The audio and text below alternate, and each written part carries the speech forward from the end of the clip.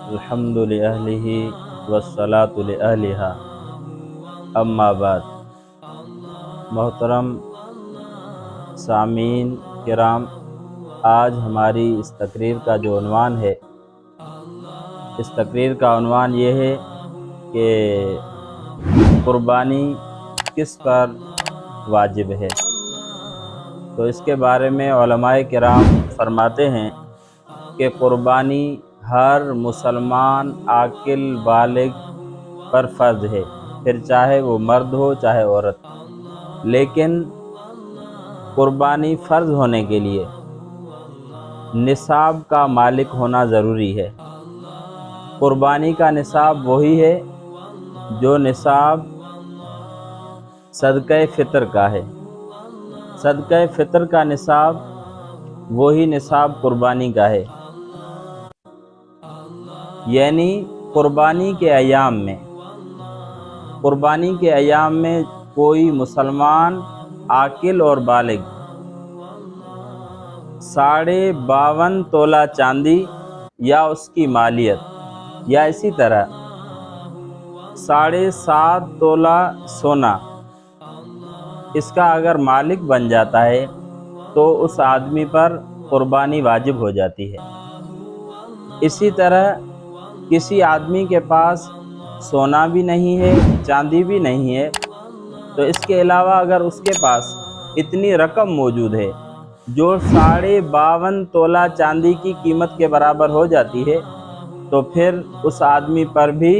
قربانی واجب ہو جاتی ہے۔ اسی طرح کسی آدمی کے پاس گھر کے اندر جو سامان ہے، وہ سامان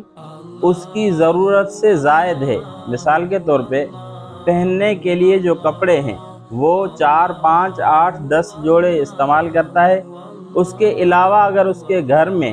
کپڑے پڑے ہوئے ہیں، یا اسی طرح اس کے گھر میں استعمال کے برتن کے علاوہ کچھ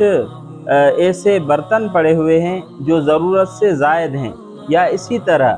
وہ تمام چیزیں جو ضرورت سے زائد ہیں ان کی مالیت، کل مالیت ملا کر اگر وہ ان کی قیمت 52.5 تولہ چاندی کی قیمت کے برابر ہو جاتی ہے، تو ایسے آدمی پر بھی یہ قربانی جو ہے یہ واجب ہو جاتی ہے۔ قربانی کے لیے جس طرح زکوٰۃ کا جو نصاب ہے، تو زکوٰۃ کے نصاب میں یہ ہوتا ہے کہ جو ہمارے پاس مال موجود ہے اس پر 1 سال گزر جائے، ہولان ہول شرط ہے۔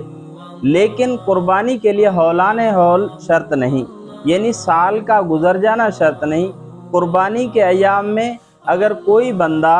52.5 تولہ چاندی کی رقم کے برابر اتنے مال کا وہ مالک ہو جاتا ہے، تو پھر ایسے بندے پر قربانی واجب ہو جاتی ہے اور اس کو کرنا ضروری ہے۔ دوسری بات یہ کہ قربانی جو بندہ جس پر واجب ہوئی ہے وہ خود اپنی طرف سے قربانی کرے، یا کوئی دوسرا اگر اس کے حکم سے اس کی طرف سے قربانی کر دیتا ہے تو یہ جائز ہے یا نہیں۔ تو اس کے بارے میں بھی فقہائے کرام نے یہ فرمایا ہے کہ مثال کے طور پہ شوہر پہ قربانی واجب ہے اور اس کی بیوی پر بھی قربانی واجب ہے۔ اب اگر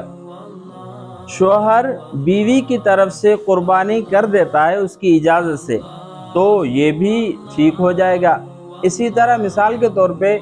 شوہر جو ہے اس پر بھی قربانی واجب ہے، اور جو بیوی ہے اس پر بھی قربانی واجب ہے۔ اب اگر بیوی شوہر کی طرف سے قربانی کر دیتی ہے تب بھی جائز ہے۔ یا مثال کے طور پہ ایک گھر کے اندر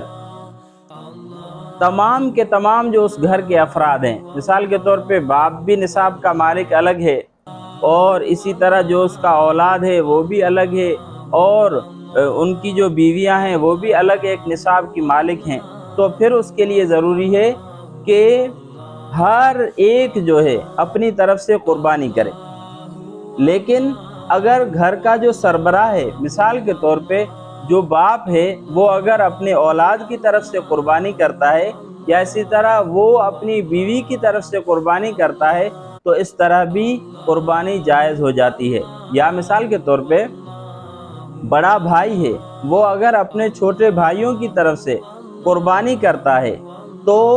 وہ چھوٹے بھائیوں کی طرف سے وہ جو بڑا بھائی ہے وہ قربانی کرتا ہے تو یہ قربانی کرنا بھی جائز ہے، اور اس سے ان کے ذمے جو واجب ہوا تھا، قربانی واجب ہوئی تھی، وہ اللہ تبارک و تعالیٰ ان کے ذمے سے جو فرض ہے اس کو ساقط کر دیں گے۔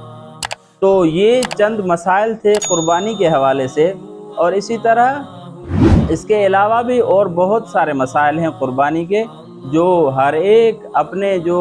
علاقے کے مستند علماء کرام ہیں ان سے دریافت کر لیے جائیں تو زیادہ آسانی ہوگی۔ لیکن اصولی طور پر یہی بات ہے کہ جو بندہ 52.5 تولہ چاندی یا اسی طرح 7.5 تولہ جو سونا ہے اس کا اگر قربانی کے ایام میں مالک بن جاتا ہے تو پھر ایسے بندے پر قربانی واجب ہو جاتی ہے۔ اللہ تبارک و تعالی ہمیں قربانی اچھے طریقے سے کرنے کی توفیق نصیب فرمائے، اور اللہ تبارک و تعالیٰ نے یہ جو فرض ہمارے ذمے لاگو کیا ہے، اللہ تبارک و تعالیٰ یہ ہمیں اچھے طریقے سے اس کو نبھانے کی توفیق نصیب فرمائے، آمین۔